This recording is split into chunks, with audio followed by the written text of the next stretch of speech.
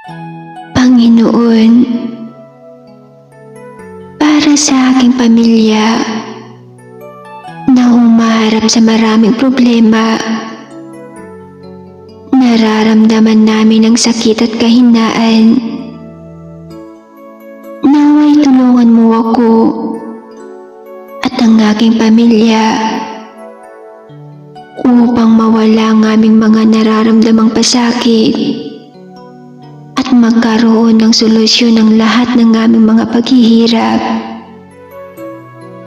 Dahil sa iyo walang imposible,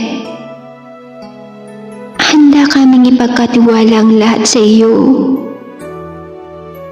Panginoon, samahan mo kami. Hawakan mo kami sa aming mga kamay at bigyan mo kami ng tiwalang malampasan